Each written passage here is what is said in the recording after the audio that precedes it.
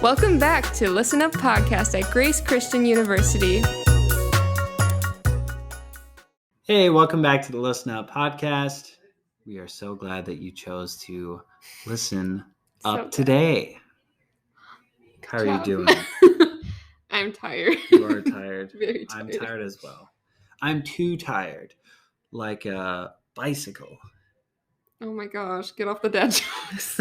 Shut them down right now. Sorry. I will shut them down right now. Good. We're going into our flashback in 50 seconds. So in the next 50 seconds, I will have to give an accurate depiction of the past week in terms of events and things that happened on campus before it hits 50 seconds. And Gabby, will you go once it gets to 50? Will do. Okay, sounds good. Okay. I have my trusty phone here because I don't remember everything. Here we go. 3, 2, 1. Boom. So on Mondays at 4 o'clock, there's the Lazy Book Club in the tour room. But this week was missions conference all week long. On Tuesday night, there was a movie called The Ends of the Earth that played. Cultural potluck was on Thursday. I ate some fried chicken. It was really good. Missions week coffee event was awesome. A lot of people talked to missionaries throughout the week and got coffee. Advising day is next Tuesday. There's no classes. And then ladies thrifting trip is next Tuesday at 1 o'clock. You can depart from the commons at 1, and there's a sign up somewhere. There's email. Becky will send out an email. I'm done. Easy. 40 something. Wow. Killing it. I impressed myself. Okay, coming up next, we have the student connection question for the week. So this week's student connection question was, what was your dream job as a kid? So I'm going to look at some of these responses here. Bethany_Meyer17 says, interior decorator for castles. That's very specific. Different shades of suits of armor. I don't know. Feng shui. Nate Baller said a lawyer.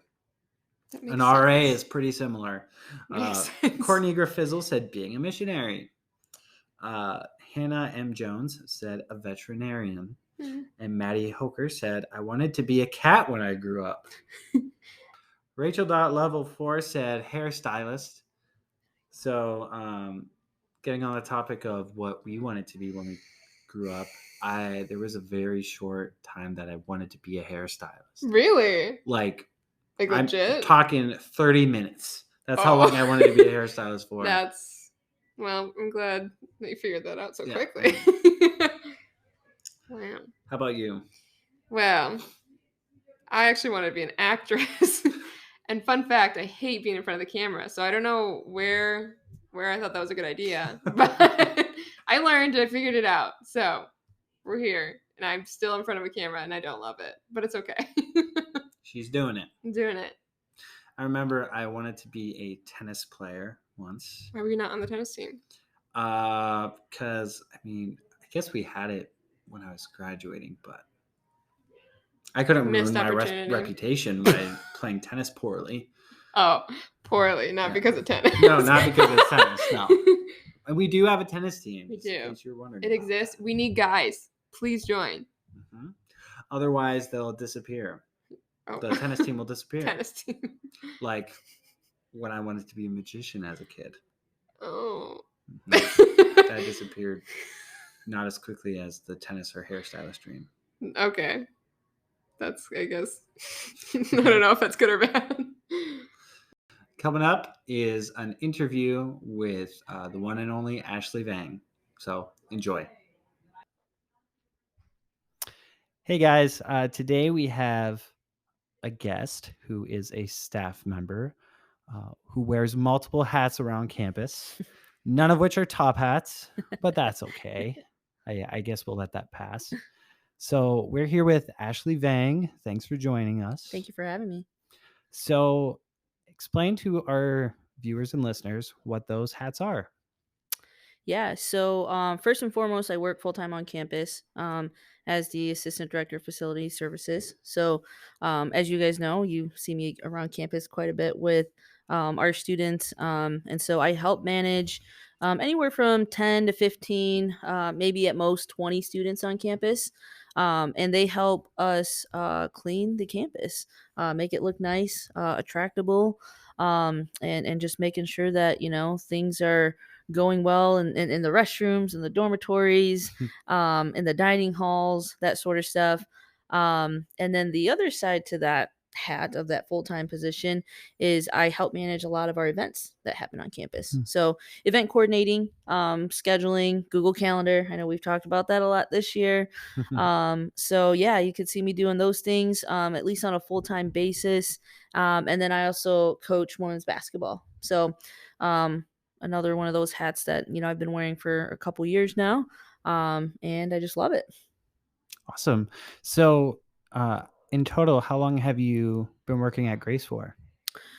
So I want to say it's 3 years. I don't. I always feel like it's a lot longer than that, Hmm. but I think in total it's been 3 years, at least in a full time capacity.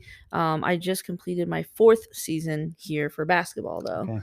Okay. So I actually got hired on as an assistant coach, in the, let's see, would have been, I think it's the 18-19 season. Hmm. So I actually got hired on doing that first. And then it wasn't until 19 of end of January, end of February that I got hired on full time, to assist with the housekeeping and scheduling portion of things. So it's feels like forever, but I think number wise it's 3, maybe 4. Okay. Yeah. Wow. So, being the basketball coach, Mhm. season just ended in nationals. Yeah. Not necessarily the outcome you wanted, but the Right. outcome you got. Yeah. Looking back on the season, what were some highlights for you and the team? Yeah. Um, and what are you looking forward to for next year? Yeah. So, I mean, this year was, it was definitely a learning year. It was my Mm, first year as a first time head coach in college basketball. So that was its own battle, mhm, in its own way. But our players are great. I mean, they come together. We played as a team. Um, some of our major wins this year that I want to just kind of highlight are, we mhm. beat Cornerstone for the first time in Wow. history. That was big time for us. We got to do Mhm, that at home here. Um, and so we got to do that. We played Spring Arbor, and it's kind of funny because I didn't even know this, but going back now, we beat Spring Arbor for the first time in school okay, history as wow, well. okay. Yeah. So two NAIA schools that are in the WAC conference that we were able to beat, and then another notable win. We played Kalamazoo College, which is a Division III school, and that was a nice win too. So Mm, some big time wins for us. We definitely had a tough schedule. I mean, we had Eastern mhm. Michigan, a Division I team, Yeah, I and saw then that. yeah, so some of the best teams in each division or league, that we are putting our team out there to go and try to get better, improve, Mm, and learn some things and get some good experiences out of it. So those are some of our highlights. And just coming together and learning how to work together mm, is one thing that I love as a coach, and like being able to see that this year and watch us just go through adversity and challenges. And like you were saying, we didn't get to end the season the way that we wanted to. We lost in the regional finals by 2. mm, um Ironically, we beat them by 2 in the regular season, so it kind of sucked. But mm, we played hard all year long, and we got that at large bid, which got us to nationals. So mhm, went down there, competed well. I thought we were prepared, and it's like we were saying earlier, someone's got to come out a winner, and mhm, we didn't get where we wanted to be. But some notable things for next year is, again, the experience down there is just it's amazing. I mean, you get to mm, know um, players and coaches. You get to do a Christian service project down there. You get to meet players and coaches from other states, and you get to know them on a different level. You get to see a lot of basketball, which is always mhm, good. And then on the basketball side of things, you get to really see why these teams are here, right? And you want to think that these are the best 8 teams of the league, and that's why they're here. And so just being there in that presence and being able to play against them at least allows me as a coach and our coaching staff to think and say, okay, these are the things that I need for next season. These are the things that I need to recruit. I need to teach this. I need to do this. And that's got to change so that next year we can continue to compete at a national level. So I'm going to touch a little bit more later on maybe the stepping stones that brought you into coaching. Yeah. But before we get there, tell me a little bit about like where you started from, like from your childhood through your life. Yeah, sure. So, as I mentioned earlier, I'm the second youngest of 7 kids. And my youngest brother is 25 now. Okay. So he's 25 and he's the baby. And so I'm the baby girl of our family. My ethnicity, my nationality is Hmong. And we categorize under the Asian category. And so my parents actually are originally from Laos. They're from Laos. I had a few siblings that were born there, but myself, my youngest sibling, and then my sister that's older than me, we were born here in the States. So born in Saginaw, Michigan, born and raised. And then we did some moving around. We had a big family, so my mom took care of us for a big chunk of our life while my dad was working. And then we made a move from Saginaw to Waterford, Michigan, and started going to school there. That was in, first grade. So I was there from first grade to 7th grade. And then once we got older, my mom started working. And so then we were there for a bit and decided, hey, we need a big house. We need a bigger house. My parents liked land and all that sort of stuff, wanted a farm. And so we moved out to Davisburg, and then small little town, but ended up attending Holly High School, if you've ever heard of them. They're right next to like Grand Blanc, Clarkston, that area over there. Okay. And so I was there from 8th grade through high school. And, I started playing basketball when I was in 5th grade. And it was always a battle because, like, especially in the Asian household, it's always, are you going to be a doctor? Are you going to be a lawyer? Are you going to be, like, what are you going to do with your life? And what's going to make you money? Because, we come from a background of my parents they're not college graduates. They're not making a ton of money. They're working at factory jobs and trying to take care of all of us. And so, their sense of worry is, how are you going to make a living, right? And so education was huge. Education was huge for all of us. And so anything that wasn't really education, it was extracurricular, was is that going to help you? Is that going to help you make money? And that was just the mentality, because my parents struggled and they didn't have the college degree, didn't have all those things to help them. They barely spoke English, so, they pushed us pretty hard, to do well in school. And it took a while. It took some convincing. Thank God I'm the second youngest in the family, because I had a few of my siblings go through hardships with my parents so that I could be where I'm at right now. They might have taken 1,000 no's, and then I might have taken 5 no's and then got a yes. Okay. So, I was fortunate enough, and my siblings were always very supportive in, like, hey, like, we should let her play. Like, she's good. And not only is she good at playing, but like her coaches, like the coaches are coming to us. And so, and I never even thought anything of it. I was just playing basketball at recess with my friends, and they were like, hey, do you want to play on the team? And then one thing led to, hey, do you want to play travel basketball? And silly me, I'm thinking, travel, like, we can't travel in basketball. Like, you got to dribble, and because I'd never heard of it, right? Yeah. And so I'd never heard of it. And I know it's kind of funny, but I think back to it, and they got me into AAU basketball. And again, being from a big family, my parents were just, they did all that they could, and it was always hard to afford. So not only was it the challenge of, what is basketball going to do for you, right, in life? 2, it was, we can't afford it. It's too expensive. And who's going to take you here? Who's going to take you to practice and all that sort of stuff. And so that was kind of like my childhood. And as I, like, improved, gotten better, got support not only from my siblings but coaches and friends, and honestly the Hmong community started to notice, because once I got into high school, they do articles, and we had local, um, not just family members, but local friends and Hmong people that were like, whoa, like we see an article here, like, and they reached out to my dad and they're like, can we help sponsor her in any way? Because, they owned a restaurant. And so I think it kind of helped clicked, and it kind of helped contribute to them saying, well, maybe she is, doing something. And so it really wasn't until my senior year that my family was starting to understand, like, oh, well, my parents at least, like, oh, maybe she could go to college and play. Mm. And I didn't know any of those processes. So I mean, I had siblings that had gone to college, but they didn't play sports to go to college, right? So we didn't know what that meant. We had no clue about that. If you were good at a sport, you could possibly get scholarships to go and play and get your school paid for and all that stuff.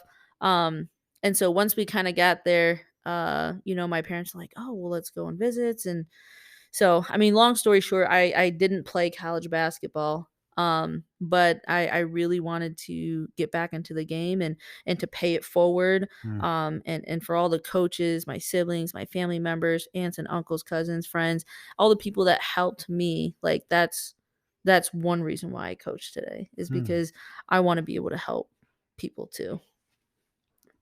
It's really awesome. So just going off what you ended there, just one of the reasons why you're coaching today. From your experience as a player, what are some of the things that your previous coaches taught you or taught you and your peers that have stuck with you and have influenced your coaching style? Yeah. I love that question, because it's funny because I think back to like my high school coach, and I played varsity 4 years, and he actually just came out to our game when we went over to Ann Arbor and played Concordia. So he's gone out to a few of my games now, since I started coaching college.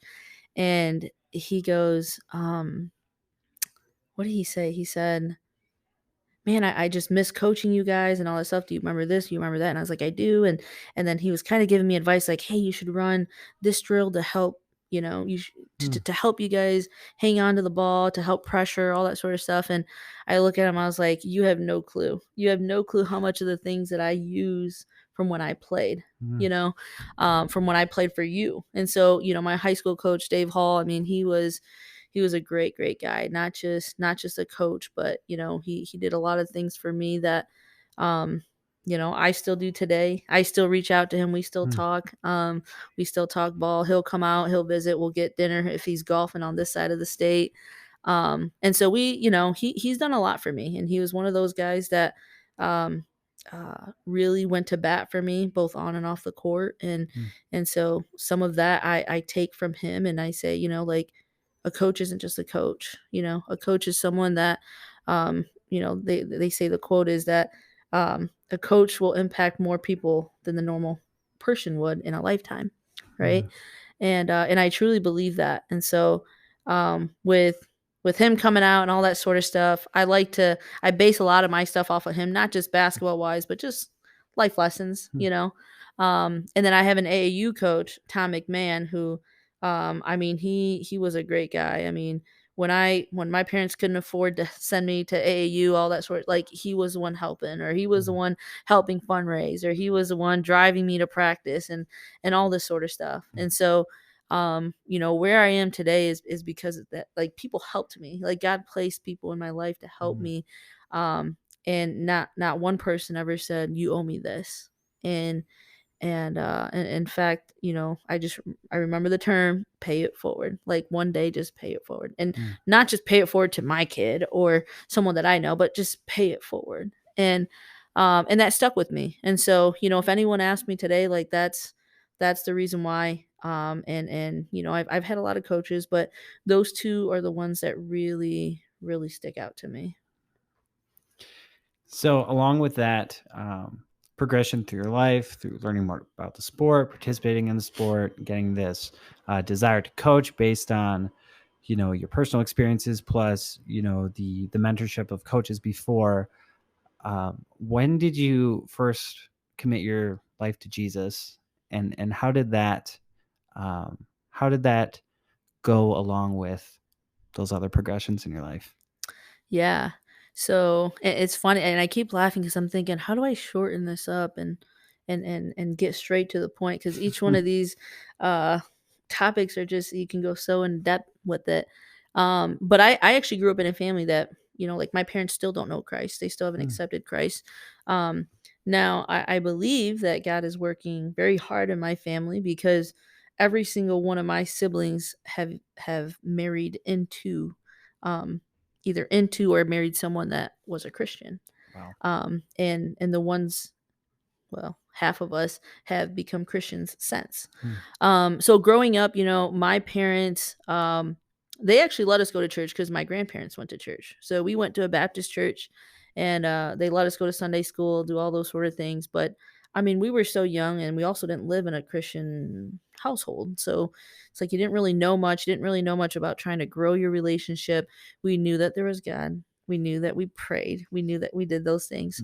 Mhm. And it was every Sunday. And then when we moved to Waterford, um, we were further away from my grandparents now, and so then we didn't go to church anymore.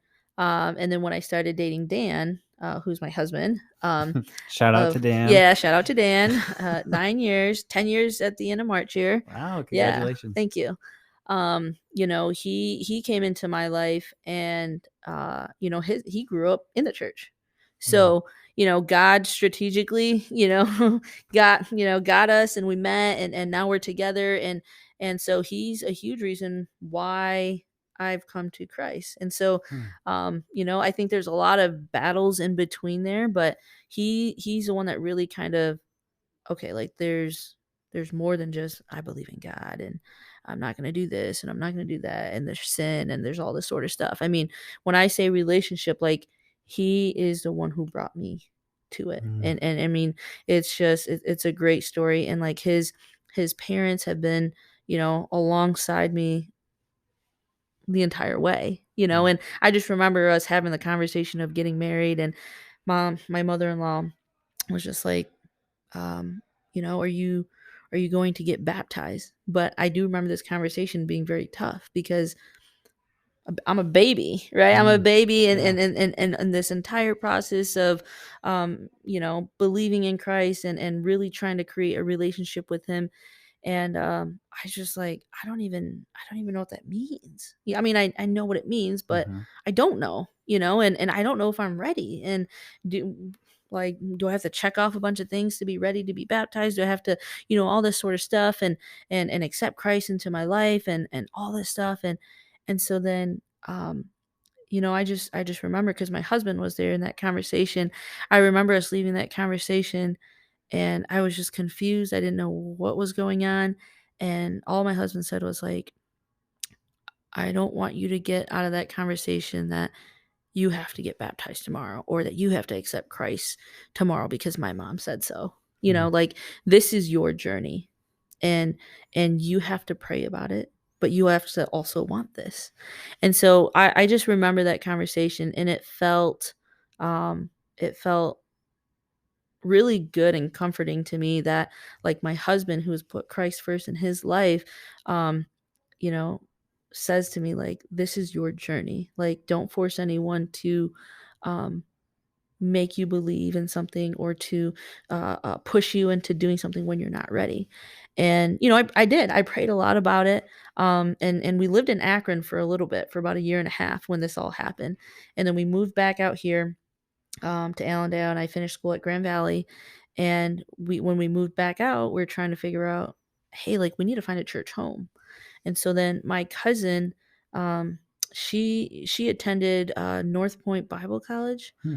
which I think is intertwined with Grand Rapids First. Yep. So there's too many North Points that sometimes I get the names wrong. So That's fair. yeah. So she was like, hey, you need to come out to my church. And so I was like, okay, let's go. And so I remember our first trip there, and it was, I mean, it was like the second best feeling to when I got baptized, when I chose. Wow. Like, I went there, and I just felt like everyone was so welcoming. The environment I walked in, everyone would shake my hand, say hi, everything. sit down, introduce yourself, and I just I just remember this specifically. It was like I was looking out because I'm sitting in the back, of course, right? Sitting in the back, and everyone is just worshiping, praising. And some are on their knees, some are at the podium, some are, we have this amazing band that is up there that is just um, praising God with the gift that He has given them, And like, I just cried. Mm, I just cried. And I'm just like, I don't know why I'm crying, but like, this is so amazing to see like these people come together and just like give their life to God and to be so vulnerable. And so, I mean, that was the one time that, I was like, whoa, I like this, and, and then from there, I remember Pastor Sam was talking about small groups. And so then ended up getting myself involved with small groups, met a lot of great people there. And, so that would have been in like August. And by the time November came around, right before Thanksgiving, they were doing baptism. So, um, and it was just like, I don't know, 2 or 3 weeks before, but I was just telling Dan, I was like, I think I'm ready. Like, I just like there's a whole different sense, a whole different feeling. Like, mhm, I just want to commit myself to God. I want to accept Him into my life as my Lord and Savior. And it was my decision. I was mm. happy, and I remember like he cried, and then like it was, and then like 2 weeks later, the baptism happened, and my in-laws like they couldn't make it, so like it was recorded and everything and sent it, and my mother-in-law was just super like all this stuff. So I mean, uh, long story short, that's kind of how it came down to, and it was hard, but like the best decision of my life. Wow. Yeah.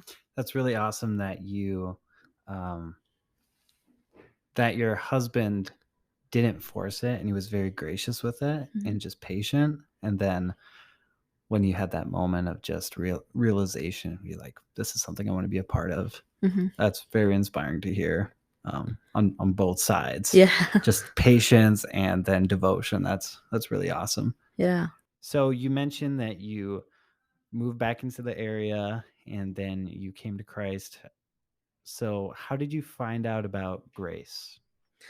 Yeah. So, along with this is it all ties back to kind of like my story, my testimony is during this time I'm still in school at Grand Valley. And Mm, so, crazy thing is my senior year last semester. So for a lot of our seniors right now is when I was rethinking everything in my life. okay. I mean, my husband thought I was crazy because I went up to him one day and just like, hey, we need to talk. Like, I don't know if I want to finish my degree in business. Like, and I didn't just start my journey, but when I started going to church at Grand Rapids first, I really started my journey with Christ, and then now trying to figure out my purpose in life. Mm. Um, and so, of course, I'm reading all these books now, and the Purpose Driven Life. If you guys have ever heard of it, Yeah, yes. we were literally talking about that today. Okay, yeah. The purpose driven life. Yeah. So I mean that book really like opened up my eyes and trying to Mm, figure out like what am I supposed to do with life, like, and um so anyways, that kind of brought me to a point where um I was like I was really into CrossFit. And so I was like trying to own my own business because my family are family members of everyone owns their own restaurant or some kind of okay. business. And so I have that entrepreneur like mindset too, like, oh, like this is what I have to do or this is what I want to do. And so I really got into CrossFit and all that stuff. And I really wanted to open up my own box. And I was like, this is what I want to do. Like, I'll use my business degree, all that sort of stuff. And then God was like, boom, no, like as you're working to figure out your purpose, like, you know, um, I gave you a gift and it not that it wasn't playing basketball, but it was people helping, teaching, all that Mm, stuff. And so then as I'm figuring all of this out, uh, it pops into my head like, hey, you should change your major to sports management because um sports like you love sports and you love basketball.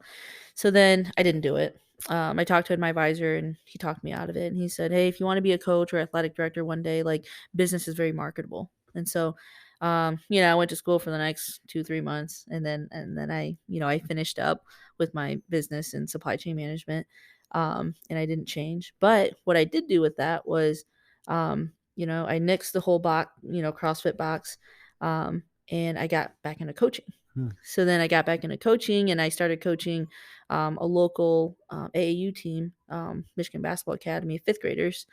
And at the same time, I was coaching the club team at Grand Valley's on Grand Valley's campus for women's basketball. And so I went to school full time, came home, and then I was done by like 5 o'clock. Went to practice from 6 to 7:30 with the fifth graders, and then 9 to 11 when I'm back in Allendale, I was practicing with our college players, right? And I quickly noticed that I have patience, but not that much patience for fifth graders. And the youth, and I didn't like that I had to tell them 20 times how to, hey, go do a layup, and the attention span. And so, but I am thankful for that, because I think that was an avenue that God showed, like, hey, this is where I do need you, this is where I don't need you. So then, I coached the college kids, and I really, really liked that. Really liked creating relationships and all that sort of stuff. So I wanted to get into coaching college, and then I just started reaching out to everybody. Honestly, started reaching out to everybody, and I sent emails to almost every single college in Wow. the area, at least where I wanted to be, right? And I have a mentor, and he helped me with that too. And he's like, hey, these are the things that you should do, and all that sort of stuff. So he kind of helped me. And then what was crazy was, so I coached at that AAU group with that team. Well, when CB was here, he got hired on as the head coach, and he was here as the assistant for the men's JV already. Okay. So when he moved up to being the head coach for the women's side, he was looking for an assistant. Well, I didn't know him. I may have seen him around, just because our Michigan Basketball Academy family is really tight, and we see each other at the facilities all the time. Well, then I reached out to my boss, is who is the director of Michigan Basketball Academy. Well, she coached CB's daughter. Oh, okay. Yes. And so I just said, hey, if you know of anything, know of anyone. She's like, actually, I know someone that just took a college coaching job, and he's looking. So sent my number off to him, and we started talking, and that's how he kind of brought me on board. So Wow. and between I'd heard of Grace Bible College once, and that was through a mutual friend, because I think she attended here a long time ago. And she wasn't even like a friend of mine. She was just a mutual friend of one of my friends. So then I've heard of Grace before that. And so then, when I had the opportunity to interview, I did a lot of researching on Grace, and seeing, is this where God wants me to be? And the values, the morals, the vision, the mission, everything. And I thought it was a great fit for me if I got the opportunity to. Well, we are blessed to have you here for Thank many you. reasons. I appreciate Cleaner it. facilities, great basketball team. I'm selling Ashley right now. Except she's Thank already you. here. So, so you became the head coach a little over a year ago, is that? Yeah, so I took over at the end of January last Okay. year. Okay. Yeah. So, before we started recording, you mentioned that you're like the only female Hmong basketball coach, sports coach. Yeah, so I've never looked it up. I've heard it from a lot of people, and quite honestly, I don't know that there is another Hmong female that coaches women's basketball, at least at the college level, I should say. Yeah, and when you're in the coaching world, you kind of get to know a lot of people, a lot of things, and to my knowledge, and to other people that have mentioned it to me, because I didn't know that before, that's what they're saying. So Wow, that is amazing and awesome to see. So with being a female coach of a minority, were there any struggles going into this head coach position, either like ones that were evident or ones that you were thinking about or things you were nervous about? Yeah, so I mean, as soon as it wasn't even just like the head coaching position when I put in for it, it was really like the assistant jobs too. So any job that you're trying to tap into, at least in the coaching world, it's its own beast, and its own different industry. And I just remember, a couple years ago when I started this journey, it was how in the world am I going to get in? Because when I went to these conventions, when I'm learning about what different people and their journeys are, it was you coached at a high school for a really long time. You knew somebody. You played college basketball. And really those are like the three main things, right? And so I'm thinking in my head, like, I'm none of those. And I'm a female and I'm Hmong, you know?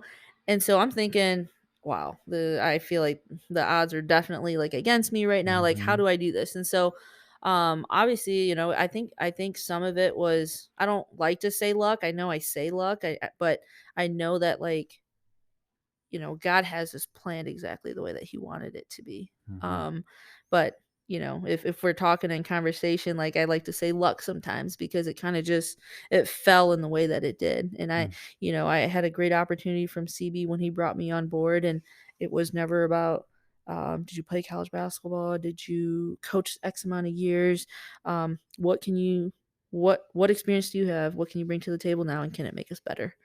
And I was very thankful for that. And so to have that opportunity, was there definitely doubts in my mind where I'm like, I don't know if I'm going to get it? Like, absolutely. Even with me already being the interim head coach or being on staff before, it was, do I have what it takes? And so, you know, my mentor and a bunch of coaches, and they'll tell you, is before I had any coaching job, college coaching job, they always told you, always be ready, always be ready, always be ready. You just never know what's going to happen. And of course, you sit so long in a season of waiting that you're like, yeah, well, when is that coming? You know? And when the assistant job came, I was just like, whoa, okay, like, I guess I'm ready, or I have to be, right? Yeah. And then when the interim head coach came, and then when the head coach position came, it was, well, I have to be ready, right? I have to be ready.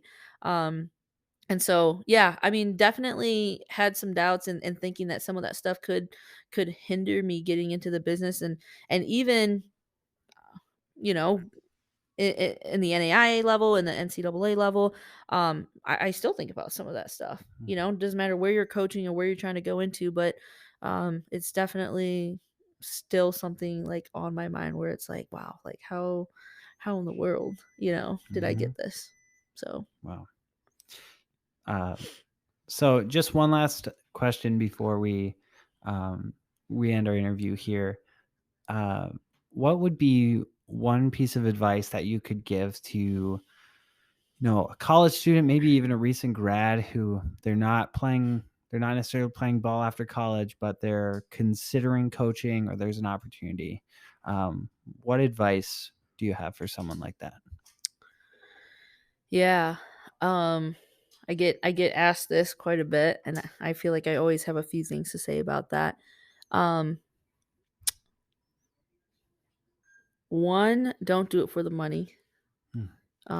Because when you're starting off, it's not going to be there, and it's going to take a lot of patience and understanding, and to know that you're putting a lot of time into something that those money signs, you're not seeing that come in. And if you really want to do this, you have to understand that there's a lot of sacrifices with time, with your family, with your friends, and all that sort of stuff. But I would personally say, if you want to pursue coaching, why not? You know, why not? It's something that you've loved your whole life.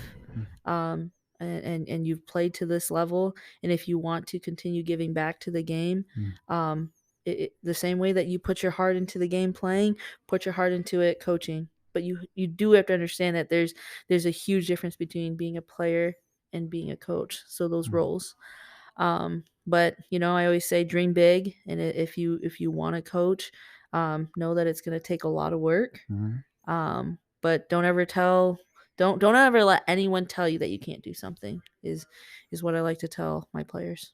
Well, thank you, Ashley, for joining us on this interview here. Yeah, thanks for having me. Appreciate it. Yeah, our pleasure. We will have another guest next week to look forward to. Alrighty, that's all we have for today. Thank you so much for tuning in, and tune in next week for our next guest. Thank you for listening. See you next week on the Listen Up podcast.